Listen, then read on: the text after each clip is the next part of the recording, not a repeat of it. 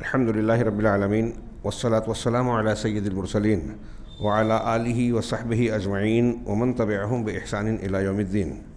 أعوذ بالله من الشيطان الرجيم. بسم الله الرحمن الرحيم. وكذلك فتنا بعضهم ببعض ليقولوا أهؤلاء من الله عليهم من بيننا أليس الله بأعلم بالشاكرين.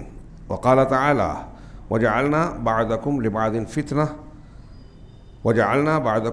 فتنة أتصبرون. محترم حاضرین، یہ گزشتہ ہفتہ ہمارے سامنے ایک اصول، سلفی اصول یا قرآن و حدیث کے اصول کہیے کہ اہل سنت والجماعت مسلمانوں کو گمراہ کن فتنوں سے آگاہ کرتے ہیں. یہ دین کے لوگوں کی دینی زندگی کے قائم دائم رہنے کے لیے اور دنیا کی سعادت آخرت کی کامیابی کے لیے یہ ضروری بھی ہے، اور اسے ہم اسلام کے اس فریضے کا حصہ بھی کہہ سکتے ہیں، بلکہ ہے جسے امر بالمعروف اور نہی عن المنکر کی تعبیر میں بیان کیا جاتا ہے.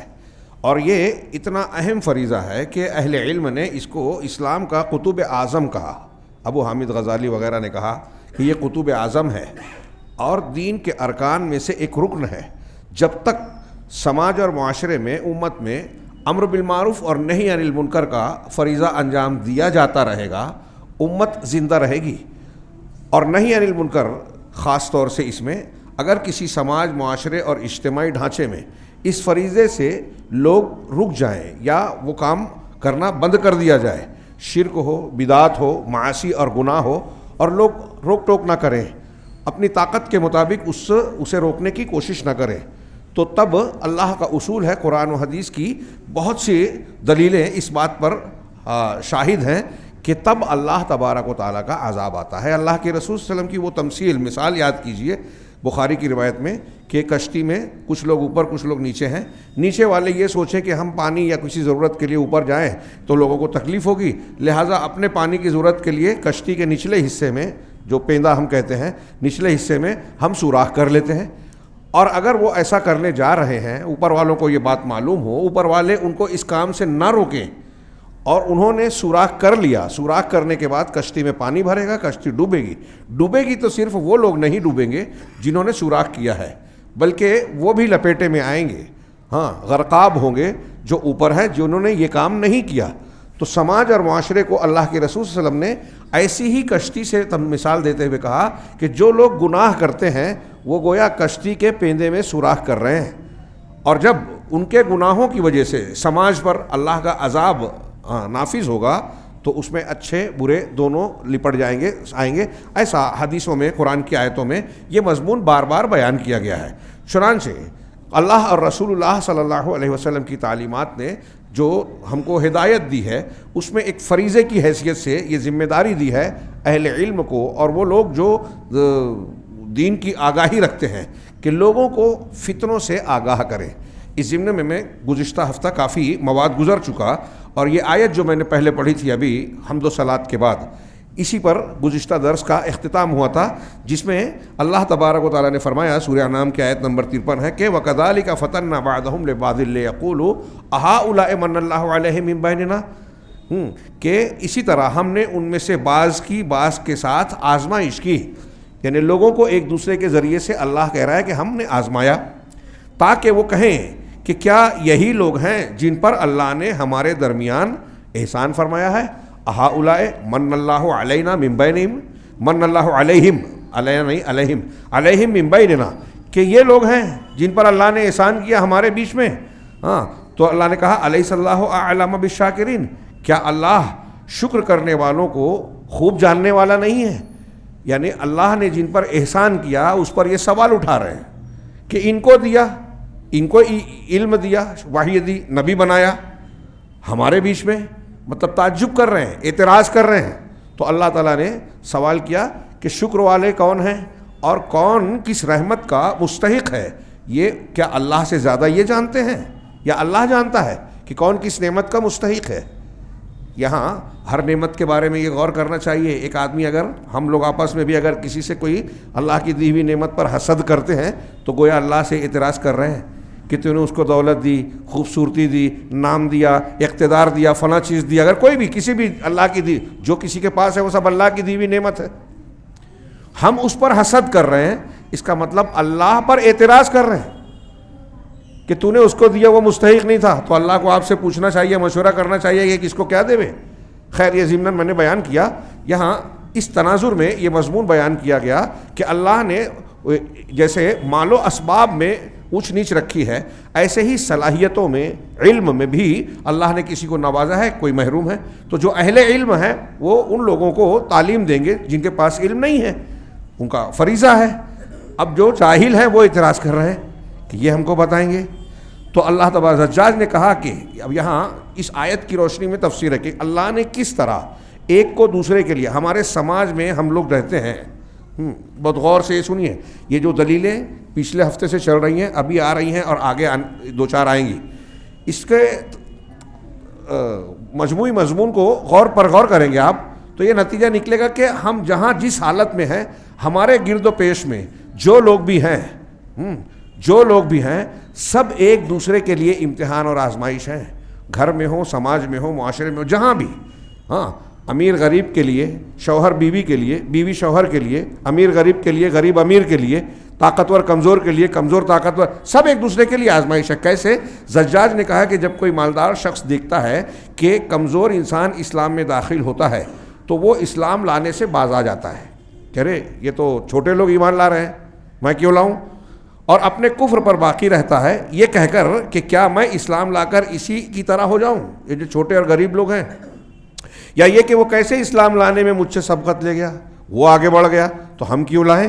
اور بعض کے لیے اس طور پر فتنہ ہے، مثال کے طور پر ایک فقیر کہتا ہے کہ میں کیوں نہیں اس مالدار کی طرح ہو گیا، یہ مالدار ہے میں غریب ہوں تو اس مالدار کی طرح اللہ نے مجھے کیوں نہیں دیا، اور کمزور کہتا ہے کہ میں کیوں نہیں اس طاقتور کی طرح ہو گیا، ایک بیمار کہتا ہے کہ میں کیوں نہیں صحت مند کی طرح ہو گیا، اور کفار نے کہا، ایسے غور کیجئے، ایک آدمی کو ایک نعمت ملی ہے، دوسرے کو وہ نہیں ملی ہے تو وہ اعتراض کرتا ہے، یا دوسرے معنی میں اپنی حالت پر ناشکری اور بے صبری، ایک آدمی مالدار ہے تو وہ اس کی قدر نہیں کرتا، ناشکرہ ہے، ایک آدمی غریب ہے اس پر قناعت نہیں کرتا، بے صبرہ ہے، تو دونوں صورتوں میں دونوں ایسے آدمی اللہ تبارک و تعالیٰ کے فیصلے پر ناراض ہیں، خوش نہیں ہیں، اعتراض کر رہے ہیں، اور اللہ کی یہ آزمائش ہے، کسی کو مال دے کر امتحان لے رہا ہے، کسی کو مال سے محروم کر کے، کسی کو کوئی نعمت دے کر امتحان لے رہا ہے، کسی کو محروم کر کے، تو اب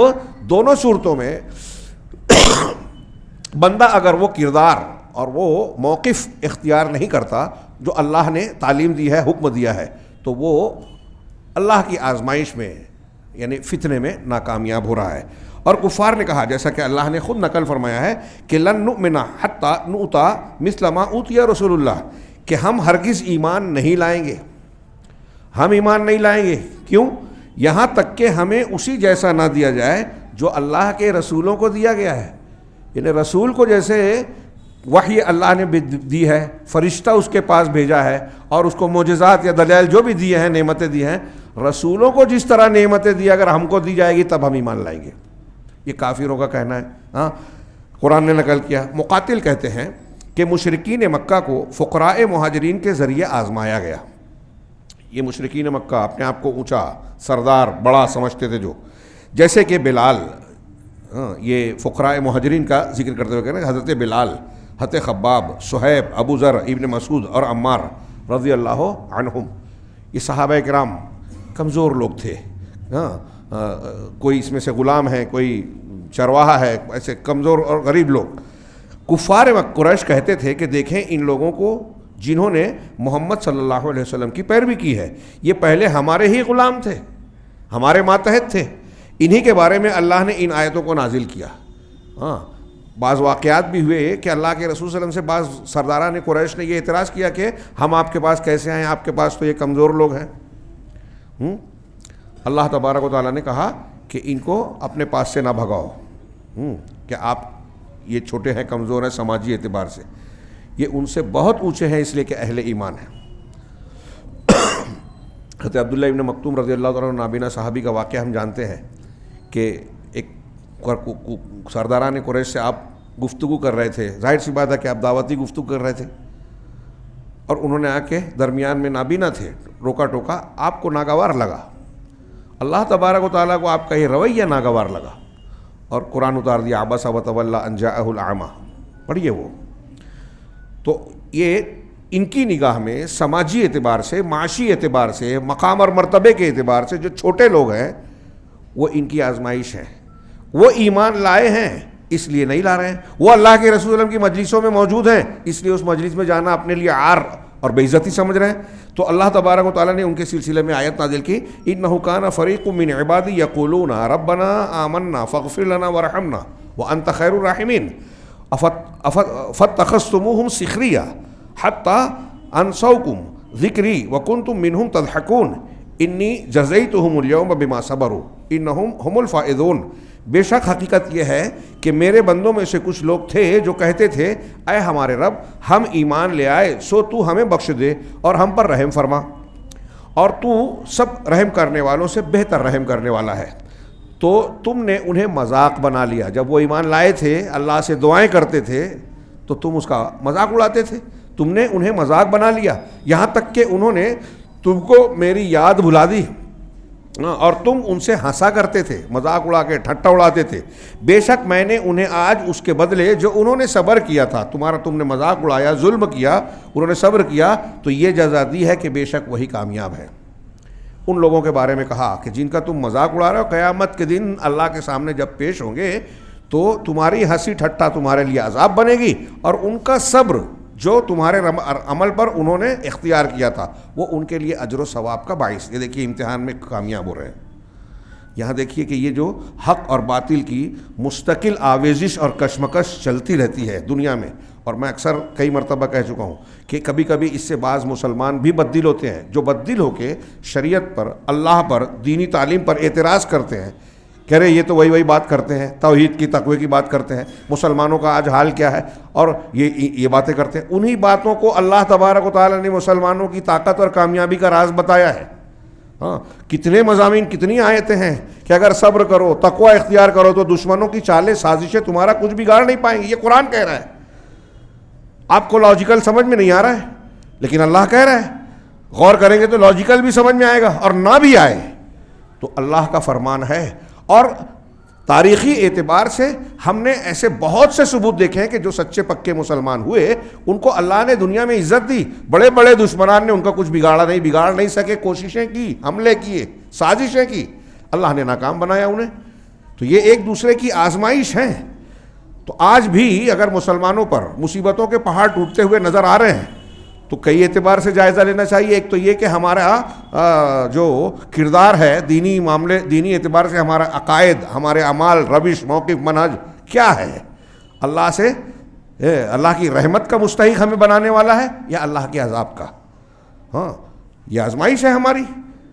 اب یہ جو مستقل مسلمانوں پر تکلیفوں کا ماحول نظر آتا ہے، یہ حقیقت میں جو ظالم ہے ان کی بھی آزمائش ہے، ان کا بھی نامہ اعمال پورا ہو رہا ہے، ٹھکانہ طے ہو رہا ہے آخرت میں اور اللہ کے پاس. اور جو مسلمان ہیں، کمزور ہیں، مظلوم ہیں، بے بس ہیں، ان کے کردار کی بنیاد پر ان کا بھی معاملہ طے ہو رہا ہے اللہ کے پاس کہ وہ کس مقام، ٹھکانے، اجر و ثواب کے اور بدلے کے مستحق ہیں.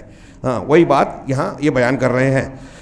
یہاں پر اللہ تعالیٰ نے خبر دی کہ ان کے صبر کی وجہ سے انہیں اچھا بدلہ دیا، جیسا کہ ارشاد باری ہے وَجَعَلْنَا بَعْضَكُمْ لِبَعْضٍ فِتْنَةً أَتَصْبِرُونَ، کہ ہم نے تمہیں تمہارے بعض کے لیے یعنی ایک دوسرے کے لیے آزمائش بنایا ہے، کیا تم صبر کرو گے.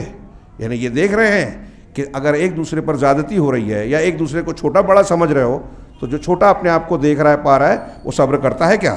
زجاج کہتے ہیں کہ یہاں مراد یہ ہے کہ آزمائش پر صبر کر سکتے ہو، سوالیہ نشان، کیونکہ تم جانتے ہو کہ صبر کرنے والوں کا بدلہ کیا ہے. میں کہتا ہوں کہ اللہ نے یہاں پر فتنے کو صبر سے جوڑ دیا ہے. صاحب کتاب کہہ رہے ہیں کہ اللہ نے فتنے کو صبر سے جوڑ دیا ہے. ہاں، جیسا کہ اللہ نے دوسری جگہ فرمایا ثم ان ربک للذین ہاجروا من بعد ما فتنوا ثم جاہدوا وصبروا ان ربک من بعدها لغفور رحیم. پھر بے شک تیرا رب ان لوگوں کے لیے جنہوں نے وطن چھوڑا، گھر بار کو دین کے لیے اللہ واسطے چھوڑا، اس کے بعد کے فتنے میں ڈالے گئے، فتنے میں مبتلا ہوئے کہ اگر تم مسلمان رہو گے تو ہم تم کو ستائیں گے، تکلیف دیں گے، گھر میں رہنے نہیں دیں گے، ایسا کر. یہ حالات تنگ سے تنگ تر کرتے چلے گئے. تو اب اپنا دین بچانے کے لیے گھر چھوڑ دیا، وطن چھوڑ دیا. غور کیجئے، ہم لوگ بار بار بولتے ہیں، اس سے پتہ چلتا ہے کہ ہمارا دین، ہمارا عقیدہ سب سے بڑی دولت ہے. سب چیز اس کے لیے قربان کی جائے گی. اس کے بعد کے فتنے میں ڈالے گئے. پھر انہوں نے جہاد کیا اور صبر کیا. یقیناً تیرا رب اس کے بعد ضرور بے حد بخشنے والا، نہایت مہربان ہے. انہوں نے امتحان میں ڈالا تو اب انہوں نے وطن چھوڑا، اور پھر وطن چھوڑنے کے بعد جب جہاں جیسی قربانی کی ضرورت پڑی، جہاد میں صرف ہتھیار سے مقابلہ آرائی نہیں ہے، بلکہ حالات کا ہر طریقے سے مقابلہ. زبان سے بھی اگر آپ کسی بدعت سے غلط سے لڑتے ہیں تو یہ جہاد باللسان ہے، زبان سے جہاد ہے. آپ اپنے آپ کی برائی سے کو روکنے کے لیے لڑتے ہیں تو یہ اپنے آپ سے جہاد ہے. تو اللہ کی شریعت کا دفاع کرتے ہوئے اپنے آپ کو ثابت قدم رکھنے کے لیے آدمی جو کوششیں، محنتیں کرتا ہے، قربانیاں دیتا ہے، سب جہاد کے وسیع مفہوم میں شامل ہے. چنانچہ فتنے کے وقت صبر سے بہتر کوئی دوا نہیں ہے. یہ آج ہمارے یہاں بہت اہمیت کی حامل تعلیم ہے. یہ ہمارے یہاں بہت سے لوگ ایسے ہیں جو سوال کرتے ہیں، کہہ رہے ہیں مسلمان کب تک صبر کریں گے؟ جب تک صبر کے حالات ہیں، جب تک ایسے حالات ہیں کہ ان حالات میں شریعت کی تعلیم صبر کرنا ہے، اس وقت تک وہی کریں گے. چاہے 950 سال ہو. حضرت نوح علیہ السلام کی دعوتی زندگی جو میں کی طرف اشارہ کر رہا ہوں، آپ اور ہم اس بات کے مکلف نہیں ہیں حالات کے تبدیل کرنے کے. کیا ہم کوئی پابندی لگائیں کہ اتنے گھنٹے اور اتنے دن جو ہے صبر کرنا ہے، پھر اس کے بعد بے صبر ہو جانا ہے؟ نہیں. حالات کی بنیاد پر اللہ تبارک و تعالیٰ، بار بار یہ بات اچھی طرح ذہن نشین ہونی چاہیے. اس کا یہ بھی مطلب نہیں ہے، صبر اور بزدلی میں فرق ہے، ہاں دونوں کو میں تمیز کی جائے گی. اور اس کا یہ بھی مطلب نہیں ہے کہ ہم شریعت کے کو صبر کا نام لے کر شریعت کو پامال کر دیں، فراموش کر دیں. شریعت پر عمل کیا جائے گا. اور میں نے جیسا کہ کہا کہ اللہ تعالیٰ اتنی ہی چیز کے متعلق ہم سے اور آپ سے سوال کرے گا جتنی ہم طاقت رکھتے ہیں. اچھی طرح آج کل کچھ نوجوان جوشیلی جذباتی باتیں کرتے ہیں، عالم اسلام میں لوگوں کو بھڑکاتے ہیں اور پھر ایسے اقدامات کرواتے ہیں جو مسلمانوں کو، خود ان کو بھی فائدے سے زیادہ نقصان پہنچانے والے ہوتے ہیں. یہ بھی انکار منکر کے اصولوں کے خلاف ہے. آپ دیکھیے کہ تقریباً میں سمجھتا ہوں کوئی اختلاف نہیں ہے اس میں علماء سلف و خلف میں کہ اگر آپ کسی کو کسی برائی سے روکنے جائیں اور آپ کو یقین ہو کہ میں اس قدم کو جو اٹھانے جا رہا ہوں اس کا فائدہ کچھ نہیں ہوگا اور اس سے بڑا نقصان ہو جائے گا، تو ایسا کام کرنا دکھنے میں جو صحیح ہے، دکھنے میں صحیح کام ہے، غلط نہیں ہے، لیکن اس سے نقصان یقینی ہے، تو یہ کرنا حرام ہے. مثال کے طور پہ حضرت ابراہیم نے بتوں کو توڑا. آج ہم کہیں توڑنے جائیں کیا ہوگا؟ اس سے شرک ختم ہوگا؟ بت پرستی سے رکیں گے، توبہ کریں گے؟ ایک بات یہ، ایک سوال. دوسرا یہ کہ اس کا رد عمل کیا ہوگا؟ چلیے ان کی بات چھوڑیے، غیر مسلموں کی بات. ہمارے شہروں میں آج کتنی پختہ قبریں ہیں، پکی قبریں. اللہ کے رسول نے حضرت علی کو بھیج کر جو ہے قبروں کو توڑوایا تھا، اور حضرت علی نے ابو الحیاج کو بھیجا تھا. سنت ہے، بالکل ثابت ہے. لیکن ہم اور آپ یہاں اپنے شہر مالیگاؤں میں اگر آج پختہ قبروں کو جو بھی مزارات ہیں، پکی قبریں ہیں، ان کو جا کے توڑیں تو کیا ہوگا؟ جو لوگ ان کے ماننے والی بدعقیدگی میں ان قبروں پر جا کے شرکی اعمال میں ملوث ہیں، غیر شرعی کام کرتے ہیں، کیا وہ اس سے رکیں گے؟ اور ہمارے توڑنے سے کیا معاملے کی اصلاح ہو جائے گی؟ تو مقصد جو ہے وہ حاصل نہیں ہوگا. اس کے رد عمل میں جو اختلاف ہوگا، وہ جو جھگڑا، لڑائی، فتنہ اٹھے گا، وہ اس سے زیادہ نقصان دہ ہوگا جو ابھی کے حالات ہیں. بس یہی حکومتوں کے سلسلے میں بھی اہل علم نے بیان کیا. امام احمد ہیں، سلف جتنے بھی ہیں، ان کے اقوال پڑھیے کہ اگر آپ ایک حکومت میں، مسلمان حکومت ہے، کوئی خامی دیکھ رہے ہیں، اگر اس کے خلاف آپ باغیانہ تیور اٹھا کر لوگوں کو بھڑکاتے ہیں، ہاں، اور پھر حکومت والا تو کچلے گا طاقت کے ذریعے سے اسے، تو اب وہ طاقت کے ذریعے سے آپ کو کچل دے گا. یعنی آپ جو اصلاح کرنا چاہ رہے ہیں وہ اصلاح حاصل نہیں ہوئی، اور مسلمانوں کے درمیان فتنہ فساد جو پھیلا، جان کا، مال کا نقصان ہوگا، بہت سے لوگ جیل میں جائیں گے، بہت سے مارے جائیں گے، وہ الگ نقصان ہوگا. اس لیے وہ جو برائی بادشاہ کے اندر ہے، اگر اس کی اخلاقی یا کوئی برائی ہے، تو وہ چھوٹی ہے اس برائی کے مقابلے میں جو آپ کے بغاوت کے نتیجے میں پیدا ہوگی. اس لیے اصول یہ ہے کہ بڑی مصیبت سے بچنے کے لیے چھوٹی مصیبت کو گوارا کر لیا جائے جب تک ہمارے پاس طاقت نہ ہو. ان اصولوں کو سمجھنے اور سمجھانے کی ضرورت ہے. یہاں اس ضمن میں وہ بات بھی آ رہی ہے. چنانچہ فتنے کے وقت صبر سے بہتر کوئی دوا نہیں ہے. اگر وہ صبر کر لے تو وہی فتنہ اور آزمائش اس کے لیے گناہوں کا کفارہ بن جاتی ہے اور اسے گناہوں سے چھانٹ کر کندن بنا دیتی ہے. جس طرح بھٹی سونے کی خباثت اور گندگی کو چھانٹ دیتی ہے، صاف کر دیتی ہے، اسی طرح فتنہ جو ہے دلوں کے لیے بھٹی ہے، بھٹی کی مانند ہے. اسی سے سچے اور جھوٹے کا فرق ہوتا ہے. اللہ تعالیٰ نے دیکھیے قرآن مجید میں غزوہ احد جب ہوا تو اس پر جو اللہ کی ہدایات آئی ہیں غزوہ احد کے بعد، اس میں یہی کہا کہ ہم نے کیوں کیا؟ تاکہ جو سچے پکے مسلمان ہیں اور جو منافقین ہیں ان کے اندر تمیز ہو جائے، چھٹ جائیں. منافقین اپنے کردار سے مشکل کے وقت سامنے آ گئے کہ ہم مقابلہ نہیں کریں گے، بہانے بازی کر کے محاذ کے پاس سے واپس لوٹ آئے. اس میں کچھ اچھے لوگ بھی گئے تھے جنہوں نے بعد میں توبہ کر لی، اور سچے مسلمان ڈٹے رہے. تو یہ آزمائشیں جو آتی ہے نا، اس سے تفریق ہوتی ہے کہ ہم اپنے آپ کو مسلمان کہہ رہے ہیں، قرآن حدیث کو ماننے والا کہہ رہے ہیں، تو حقیقت میں ہم اپنے اس دعوے میں کتنے سچے پکے ہیں وہ فتنوں اور آزمائشوں کے موقع پر اس کے ذریعے سے پتہ چلتا ہے. اللہ کا ارشاد ہے وَلَقَدْ فَتَنَّا الَّذِينَ مِن قَبْلِهِمْ فَلَيَعْلَمَنَّ اللَّهُ الَّذِينَ صَدَقُوا وَلَيَعْلَمَنَّ الْكَاذِبِينَ. کہ حالانکہ بلا شبہ یقیناً ہم نے ان لوگوں کی آزمائش کی جو ان سے پہلے کے لوگ تھے ان کو بھی آزمایا. سو اللہ ہر صورت میں ان لوگوں کو جان لے گا جنہوں نے سچ کہا، اور ان لوگوں کو بھی ہر صورت میں جان لے گا جو جھوٹے ہیں. یہ انہوں نے لفظی ترجمہ کیا کہ یہ عالمنا جان لے گا، لیکن مفہوم اس کا یہ کرتے ہیں اہل علم و اہل تفسیر کہ اللہ ظاہر کر دے گا، کیونکہ اللہ تو جانتا ہی ہے، پہلے سے جانتا ہے کون کیا کرنے والا ہے، تقدیر میں لکھ رکھا ہے. لیکن یہ جو یہاں کہا گیا کہ آزمائشوں میں ڈال رہا ہے، تو اب یہ حجت پوری ہو رہی ہے کہ آپ کا ہمارا کسی کا عمل کیا ہے یہ ظاہر ہو جائے اور دلیل مکمل ہو جائے. اس طرح فتنہ لوگوں کو سچے جھوٹے، مومن کافر، اچھے برے میں تقسیم کر دیتا ہے. جو اس پر صبر کرتا ہے اس کے لیے فتنہ باعث رحمت ہوتا ہے. مصیبت میں جو صبر کرتا ہے مصیبت اس کے لیے رحمت بن جاتی ہے، اور جو صبر نہیں کرتا وہ مزید بڑے فتنے میں واقع ہوتا ہے. فتنہ اور آزمائش دنیا اور آخرت دونوں جگہ ہوتی ہے. آخرت کی بھی کچھ آزمائشیں ہیں، قبر میں جو منکر نکیر سوال کریں گے اسے بھی فتنہ کہا گیا ہے. جیسا کہ اللہ تعالیٰ نے فرمایا یوم ہم علی النار یفتنون. دیکھیے فتنے سے یفتنون بنا ہے کہ یہ اس دن آگ پر یفتنون جو ہے تپائے جائیں گے، اس کو یفتنون سے تعبیر کیا گیا. ذوقوا فتنتکم ھذا الذی کنتم بہ تستعجلون. جس دن وہ آگ پر تپائے جائیں گے اپنے جلنے کا مزہ چکھو. یہاں عذاب کو، جلنے کے مزہ کو فتنہ کہا. یہی ہے جسے تم جلدی مانگتے تھے. فتنے کے لفظ کو یہاں ذکر کرنے کا ایک گویا یہ بھی اشارہ ہے کہ یہ جو عذاب اہل عذاب جھیلیں گے یہ ان کی اپنی کارستانیوں کا نتیجہ ہے، اللہ کا ظلم نہیں ہے.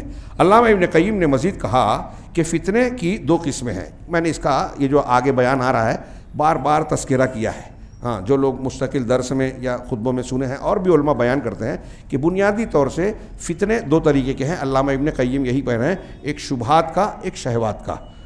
شبہات آدمی یہ ایسا نہیں، یہ سمجھ میں نہیں آتا، یہ نہیں، اس فتنے سے جو گمراہی آتی ہے وہ عقیدے کا بگاڑ پیدا کرتی ہے، اور یہ زیادہ خطرناک ہے. عقیدہ بگڑ گیا تو آدمی کا ایمان چلا جاتا ہے، ایمان بگڑ جاتا ہے. اور شہوتوں کے، خواہشات نفس کے فتنے، یعنی جیسے زنا ہے، جوا ہے، نشہ ہے، اس قسم کے جس میں انسان کے نفس کی خواہش اور لذت اس کو گناہ پر اکساتی ہے، ان فتنوں میں مبتلا ہونے سے زیادہ تر آدمی کے اعمال، اخلاق بگڑتے ہیں، عقیدہ نہیں. اخلاق اور عمل کے بگڑنے سے آدمی کا ایمان کا درجہ کم ہوتا ہے، فاسق فاجر ہوتا ہے. اور شبہات کے فتنے میں مبتلا ہو گیا اور بڑا کفر، بڑا نفاق اگر آ گیا تو آدمی اسلام سے خارج ہو جاتا ہے. تو علامہ ابن قیم نے اسی کو بتایا کہ فتنے دو قسموں کے ہیں. شبہات کا فتنہ جو سب سے عظیم ہے، اور دوسرا شہوات کا فتنہ. بسا اوقات ایک ہی بندے میں دونوں فتنے موجود ہوتے ہیں، اور بعض اوقات دونوں میں سے کوئی ایک. شبہات کا فتنہ، اب اس کی تھوڑی سی تشریح کر رہے ہیں، یہ بصیرت کی کمزوری اور قلت علم سے ہوتا ہے. بہت اب یہاں سے یہ آخری 1.5 صفحہ ہے انہوں نے جو لکھا، بہت غور سے سنیے، اور یہ بہت اہمیت کا حامل ہے. اور میں اکثر کہا کرتا ہوں ہمارے ہندوستان پاکستان میں، ہمارے یہاں ماحول میں دینداری کی جو تصویر پیش کی جاتی ہے اس میں عقیدے کو وہ مقام دیا ہی نہیں گیا جو اس کا ہونا چاہیے، جو نبی کی دعوت میں ہم دیکھتے ہیں. انبیاء کرام ہمیشہ عقیدے سے شروع کرتے ہیں. آپ رسول اللہ صلی اللہ علیہ وسلم کو دیکھیے، دعوت کی شروعات عقیدے سے کرتے ہیں، تعلیم اور تربیت پہلے عقیدے پہ کرتے ہیں. عقیدہ مضبوط ہو گیا آدمی کی اصلاح آسان ہوتی ہے، اندر سے اصلاح ہوتی ہے. اور ہمارے یہاں لوگ فضائل بتا کر اور عقیدے کو غیر اہم بتا کر شاخ ٹہنیوں اور پتیوں پر محنت کرتے ہیں. تو جڑ اگر خراب ہے تو اب کتنی بھی پتیاں صاف کر لیں درخت ٹھیک ٹھاک ہوگا، ہو ہی نہیں سکتا. تو جو لوگ عقیدے کو چھوڑ کے اعمال، نوافل، اذکار ان پہ محنت کرتے ہیں وہ دل اور جڑ کی اصلاح کرتے ہی نہیں ہیں. میں نے بارہا واقعہ سنایا ہے علامہ ابن تیمیہ والا کہ انہوں نے وہ کچھ اہل تصوف کا ایک گروہ تھا، انہوں نے بتایا کہ بھائی فلاں گروہ تھا، ان سے مناظرے کے درمیان گفتگو میں زنا سے متعلق بات آئی، کچھ حدیثیں پیش کی. علامہ ابن تیمیہ نے کہا کہ جو روایت تم نے پیش کی ہے وہ صحیح نہیں ہے، زنا کبیرہ گناہ ہے اس میں کوئی شک نہیں، لیکن یہ جو روایت آپ نے پیش کی وہ صحیح نہیں ہے. تو اسی ضمن میں انہوں نے یہ اپنا کارنامہ بتایا کہ کچھ لوگ ڈکیتی کرتے تھے، لوگوں کو لوٹتے تھے، ہم نے ان پر محنت کی اور وہ اب مسجد میں آ گئے نماز پڑھنے لگے. آج ہمارے یہاں بھی ایسے لوگ باتیں کرتے ہیں. تو علامہ ابن تیمیہ نے پوچھا کہ یہ جو عقیدہ تم بیان کر رہے ہو، آپ نے مسجد میں جب لایا تو کیا وہ اسی عقیدے کے حامل ہیں جو آپ بیان کر رہے ہو؟ کہا ہاں. تو وہ کیا کرتے ہیں؟ ان سے کچھ تفصیل پوچھی. تو شیخ الاسلام علامہ ابن تیمیہ نے ان سے پوچھنے کے بعد کہا بہت اہم بات، بہت اہم بات. اور میں کہتا ہوں ہمارے ہندوستان میں لوگوں کو پکڑ پکڑ کے یہ پڑھانے والا ہے. علامہ ابن تیمیہ نے کہا کہ وہ جو ڈاکہ ڈالتے تھے جب ان کے اندر جو برائی تھی، بہت دھیان سے، ڈاکہ ڈالنے کی حالت میں جو ان کے اندر برائی تھی وہ برائی کمتر تھی، ہلکی تھی. آج جس برائی میں تم لوگوں نے ان کو مبتلا کر دیا ہے یہ برائی اس ڈکیتی کی برائی سے زیادہ بڑی ہے، کیونکہ یہ جو تم نے برائی میں ڈالا ہے یہ عقیدے کی خرابی ہے. اب وہ بدعت کا ارتکاب کر رہے ہیں جس میں شرک ہے، یہ شرکیہ بدعت وہ تمہارے وہ چوری، ڈکیتی، زنا، بدکاری سے زیادہ سنگین گناہ ہے. بہت دھیان سے سنیے، ہمارے ہاں لوگ زنا پہ، چوری پہ بھڑک جاتے ہیں، بھڑکنا بھی چاہیے، لیکن بدعت اور شرک پہ نہیں بھڑکتے جو اس سے بڑا گناہ ہے، اس سے زیادہ اللہ کے عذاب کو دعوت دینے والا ہے. اور یہ بات جب علامہ ابن تیمیہ نے، میں اپنے الفاظ میں بیان کر رہا ہوں، بیان کی تو ایسے ہی نہیں بیان کی، دلیل دی، اس کی دلیل دی. اور بارہا میں نے بیان کیا ہے. کیا دلیل دی؟ ایک مثال دی خوارج کی کہ اللہ کے رسول نے فرمایا کہ صحابہ سے کہ تم اپنی نماز کو ان کی نماز کے سامنے کم سمجھو گے. بڑی فضیلت والی نماز، فضائل والی چیز ہے نا. نماز میں بہت شاندار نماز پڑھیں گے کہ ان کو دیکھ کے تم کو لگے گا ہماری نماز ان سے کمتر ہے، ان کی قرت سے ہماری قرت کمتر ہے. روزے میں وہ ہم سے آگے ہیں، ایسا لگے گا. یہ اللہ کے رسول کی حدیثوں میں ہے. لیکن وہ دین سے ایسے نکل جائیں گے جیسے تیر شکار کو چھید کے نکلتا ہے. مل جائیں ان کو، اللہ کے رسول نے کہا اگر وہ مل جائیں تو انہیں مار ڈالنا، مجھے مل جائیں تو عاد کی طرح انہیں تباہ کر دوں گا. خوارج کی جو صفات بیان کی اس میں سے ایک جگہ ہے کہ وہ جہنم کے کتے ہیں. بعض علماء نے اس کی تشریح کی کہ یہ جو جہنم کے کتے کیوں وہاں بھوکیں گے؟ اس لیے کہ دنیا میں بھی وہ بھوکتے ہیں، اس کے اوپر تنقید ہی کرتے رہتے ہیں. سوشل میڈیا میں دیکھیے کتنے لوگ بھوکتے ہیں، خود جانتے نہیں ہیں. تو کہا کلاب یہ حدیث میں کہا گیا، میں اپنی طرف سے نہیں کہہ رہا ہوں.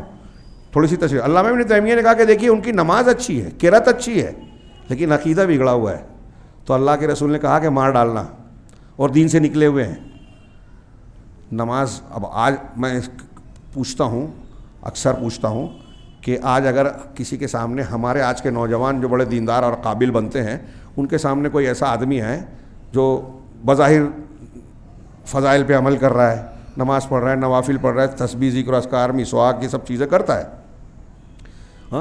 لیکن قبر پہ بھی جاتا ہے، تو لوگ اس کو لائک کریں گے کہ یا ڈس لائک کریں گے؟ آج کی زبان میں ہمارا نوجوان تو لائک کرے گا.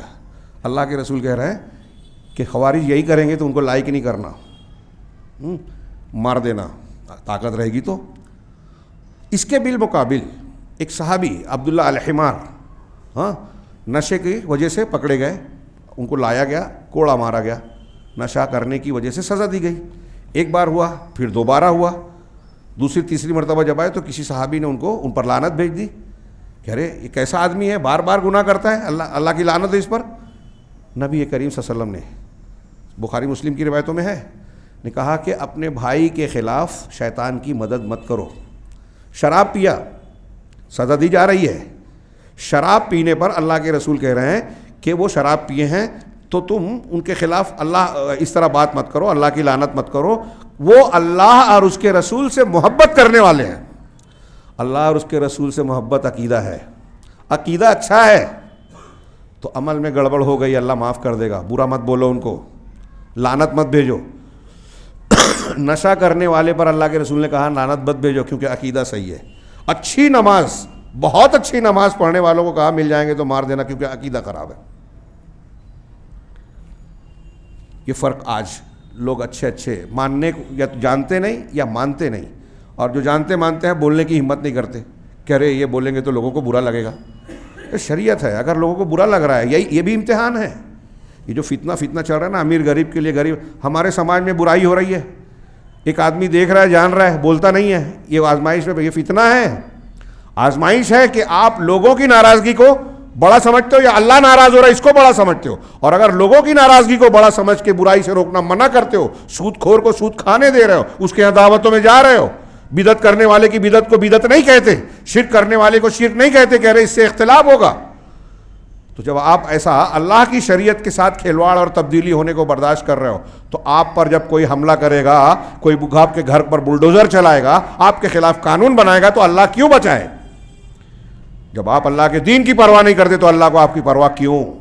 یہ میں اپنی طرف سے نہیں کہہ رہا ہوں، شریعت کے مضمون کی روشنی میں سوال کر رہا ہوں. جیسے اللہ نے کہا کہ اگر تم اللہ کی مدد کرو گے، اللہ کے دین کی، ان تنصروا اللہ ینصرکم، تو اللہ تمہاری مدد کرے گا. تو اللہ کی مدد کا مطلب سارے علماء بیان کرتے ہیں کہ اللہ کے دین کی مدد، اللہ کے دین کے لیے قربانیاں دینا، اپنے آپ کو اللہ کے حوالے کر دینا، یہ اللہ کے دین کی مدد ہے.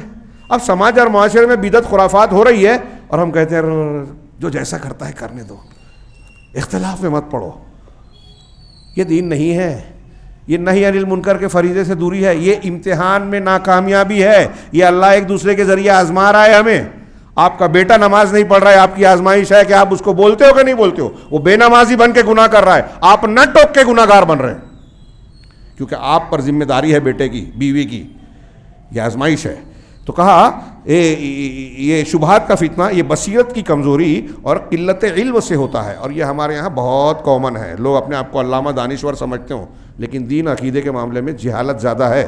بطور خاص جب اس کے ساتھ نیت میں بگاڑ اور نفس پرستی بھی جمع ہو جائے. ایک علم کی کمی ایک چیز، اور اس کے بعد نیت کا خراب ہو جانا، آدمی کا اندر سے باطن سے اچھا نہ ہونا، یہ اس پر کریلے پر نیم چڑھا ہو جاتا ہے.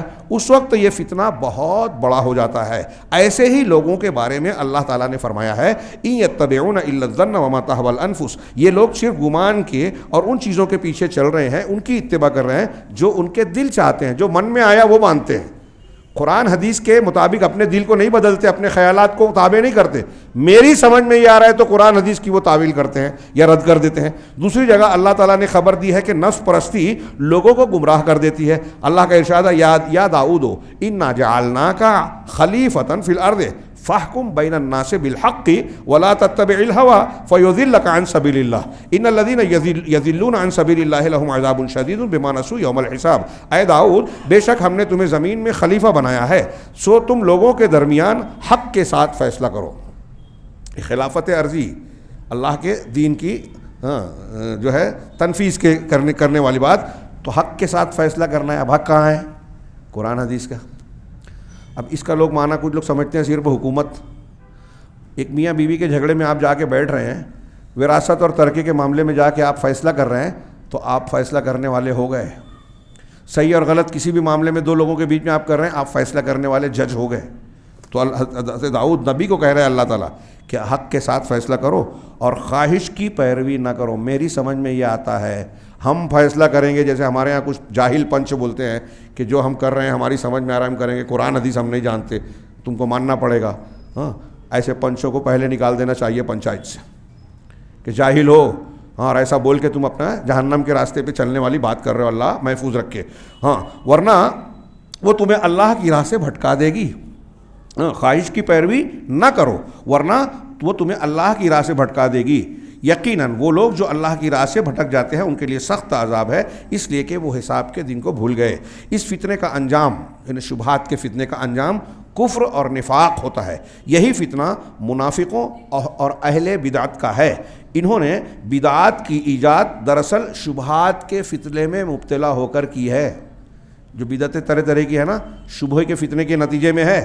انسان اس فتنے سے اسی وقت محفوظ رہ سکتا ہے جب وہ خالص رسول کی اتباع کرے اور اپنے تمام دینی و دنیاوی امور میں اسی کو نافذ کرے جو اللہ کے رسول صلی اللہ علیہ وسلم کا فیصلہ ہے۔ اس سے نکلنا ہی اصل گمراہی ہے، شریعت کے دائرے سے، سنت سے نکلنا گمراہی ہے۔ لیکن اچھا، ہمارے ہاں عقیدے کے معاملے کو لوگ سنت سے باہر، یہ سنت بولتے ہیں نا، تو لوگ نفل و سنت، نماز، مسواک کرنا، دائیں کروٹ سونا، انہی چیزوں کو سنت لیتے ہیں، یا اعمال سے متعلق جو ہے۔ آپ بیسیوں کتاب سلف کی، امام احمد بن حنبل، امام مروزی، اور بڑے بڑے امام خلال، عاصم، یہ محدثین ہیں، بڑے بڑے امام ہیں، ان کی کتاب ہے، علامہ عاصم کی، علامہ خلال، ان کا نام ہے السنہ، کتاب السنہ۔ امام احمد کی کتاب ہے اصول السنہ۔ آج ہندوستان میں جب اس کتاب کا نام لیں گے تو اکثریت یہ سمجھے گی نام سن کے کہ اس میں حدیثیں ہیں، اللہ کے رسول کی سنتیں ہیں۔ ہاں ٹھیک ہے، لیکن یہ کتاب عقیدے کی ہے۔ عقیدے میں اللہ کے رسول کی سنت کیا ہے یہ بیان کیا، اور عقیدے میں جو سنت سے ہٹا اس کی بدعت، عقیدے والی بدعت کفر اور نفاق لاتی ہے۔ تو سنت صرف ان چیزوں میں نہیں، سنت عقیدے میں بھی دیکھیے، اور اس کو ہمارے ہاں لوگ چھوٹی چھوٹی باتیں، میں چھوٹی ان کو اس معنی میں نہیں کہہ رہا ہوں کہ وہ غیر اہم ہے، اس معنی میں کہ جو عقیدے سے متعلق اور ایک عمل سے متعلق، تو جو عمل ہے وہ عقیدے کے مقابلے میں کم درجے کی ہے، اس معنی میں چھوٹی کہہ رہا ہوں، چھوٹی کوئی چیز نہیں ہے شریعت کی۔ تو جو لوگ فرائض، نوافل اور مستحبات میں سنت کی بات کرتے ہیں، ٹھیک ہے، بہت اچھی بات ہے، وہ عقیدے میں سنت کی بات کو کہتے ہیں نہیں نہیں نہیں، اس کو چھیڑو مت۔ اس سے کچھ لوگ مان رہے ہیں تو برا مانیں گے، اب یہیں آزمائش میں فیل ہو گئے۔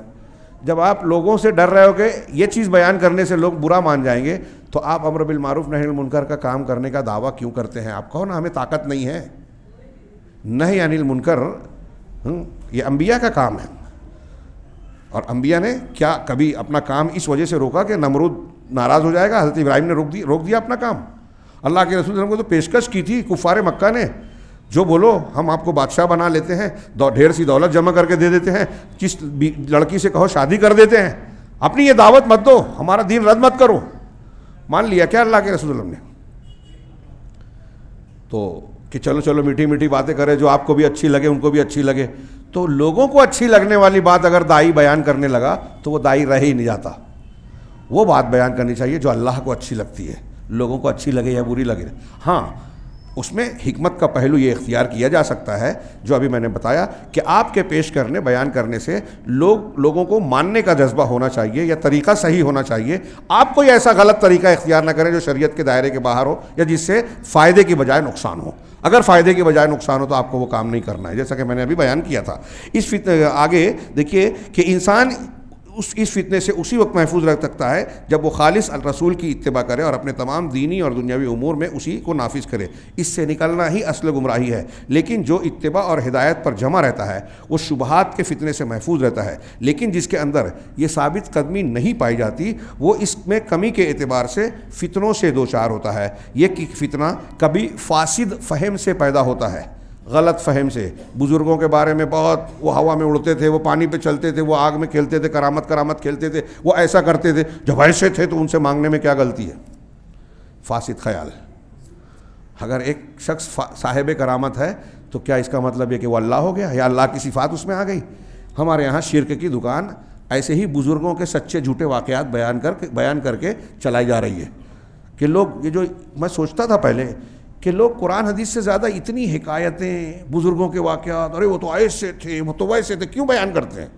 ٹھیک ہے، بزرگوں کی بزرگی کو مانا جائے گا شریعت کے دائرے میں، لیکن کرامت، معجزہ، جھوٹا سچا اور ایسے بیانات جو قرآن کی دلیلوں اور قرآن کی آیتوں کے بالکل خلاف ہے، جو ہمارے عقیدے کے خلاف ہے، وہ چیزیں جو اللہ کے ساتھ خاص ہے، اللہ کے اسماء و صفات پر ایمان، ہمارے ہاں جو زور نہیں دیا جاتا۔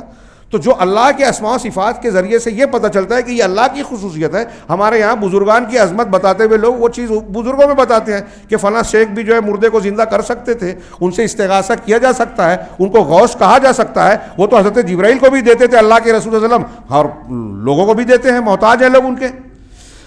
یہ جو جملہ میں کہہ رہا ہوں یہ اعلیٰ حضرت صاحب کی تحریروں کا میں موجود ہے, جن کو ایک جماعت اعلیٰ حضرت کہتی ہے, جبکہ یہ صریح کفر اور شرک کی بات ہے.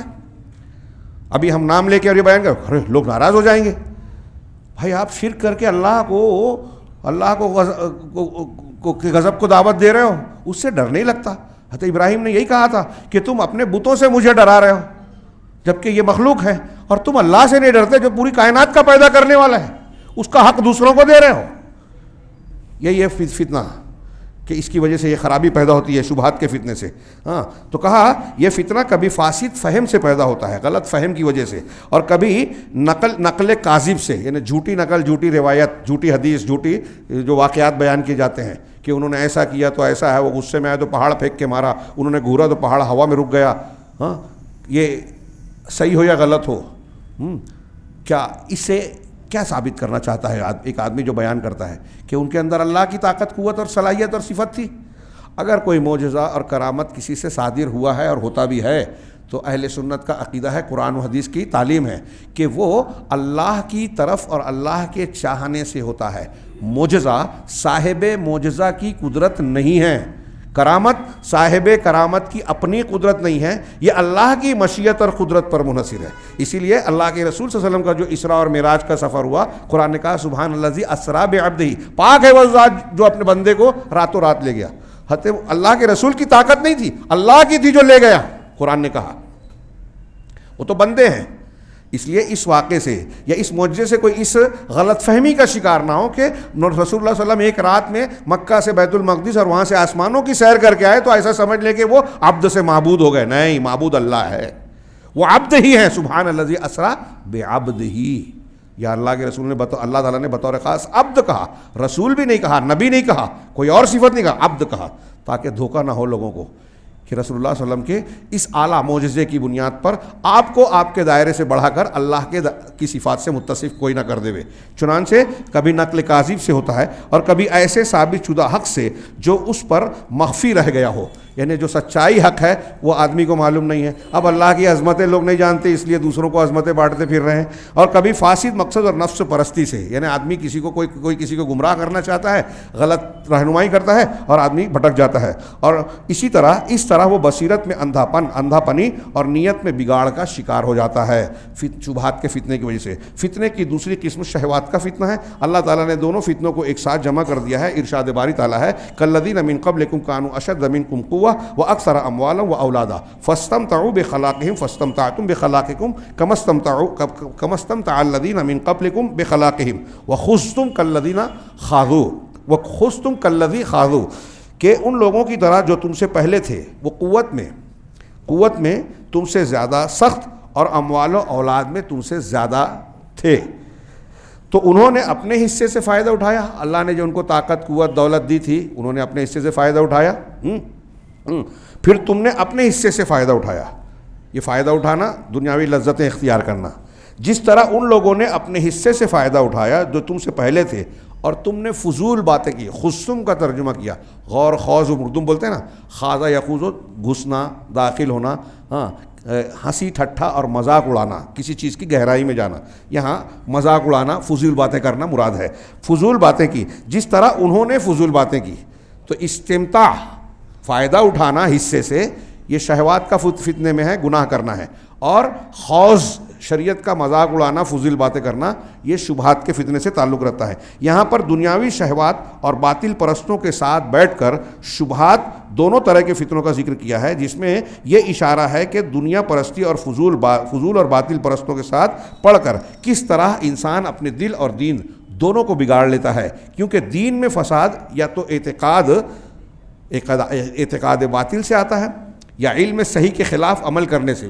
کام کے جملے بڑے غور سے سننے والے ہیں, کیونکہ دین میں فساد, ہمارا دین بگڑتا ہے یا تو عقیدے کے بگڑنے سے, یا عمل کے بگڑنے سے. تو کہہ رہے ہیں باطل عقیدے سے یا علم صحیح کے خلاف عمل کرنے سے، پہلے کا تعلق بدعات سے ہے جو عقیدے میں خرابی آتی ہے، جبکہ دوسرے کا تعلق فسق و فجور سے ہے جو عمل سے میں نے شروع میں بیان کیا تھا۔ چنانچہ پہلا بگاڑ شبہات کی جہت سے آتا ہے اور دوسرا شہوات کی جہت سے۔ شبہات کی وجہ سے عقیدہ بگڑتا ہے، شہوات کی وجہ سے عمل بگڑتا ہے۔ اس لیے سلف کہتے تھے کہ دو طرح کے لوگوں سے دور رہو۔ پہلا نفس پرست بدعتی انسان جسے شبہات نے بدعات میں فتنے میں مبتلا کر دیا ہے، حدیث کا انکار کرنے والے ہیں، صحابہ کو برا بھلا کہنے والے ہیں، جو مسلمہ عقائد ہیں اس میں گمراہی کا شکار ہیں، وہ فتنے کا شکار ہے، ان سے دور رہو، سلف کہتے تھے۔ اور دوسرے دنیا پرست سے جسے دنیا نے اندھا بنا دیا، جو دنیا داری میں لگا ہے، موبائل میں لگا ہے، سیاست میں لگا ہے، آخرت میں کیا ہوگا، اجر و ثواب کیا ملے گا، اس سے زیادہ آج ہمارے یہاں لوگوں کو اس کی فکر ہے کہ میئر کون بنے گا، وہ پارٹی کا کیا ہوگا، اس کا کیا ہوگا، وہ بن بھی گیا تو آپ کا کیا ہوگا، آپ سے کیا لینا دینا۔ آج دیکھیے ہماری بحثوں میں، ہمارے تعلقہ معاملات میں ہم کتنے ایسی چیزوں پر اپنا ٹائم صرف کرتے ہیں جو ہمارے لیے فائدہ مند ہو، جو دنیا اور آخرت میں مفید ہو، اور کتنے ایسے جو بالکل بیکار بکواس باتیں ہیں، کوئی فائدہ نہیں ہے، نقصان ہے ہمارا، اور ہم لوگ زیادہ نقصان والا کام کرتے ہیں۔ ابن قیم رحمہ اللہ نے مزید کہا کہ یہاں پر میں ایک نقطے کی طرف اشارہ کرتا ہوں جس کا تعلق شیطان سے ہے، کہ جس سے ایک عقل مند انسان ہی بچ سکتا ہے، اور وہ یہ ہے کہ بسا اوقات شیطان شر کی جگہوں پر بعض خیر کی چیزوں کا لے کر آتا ہے۔ آخری بات، یہ 2 لائن بچی ہے۔ شیطان شر کی جگہ بظاہر خیر لاتا ہے اور آدمی دھوکہ کھا جاتا ہے۔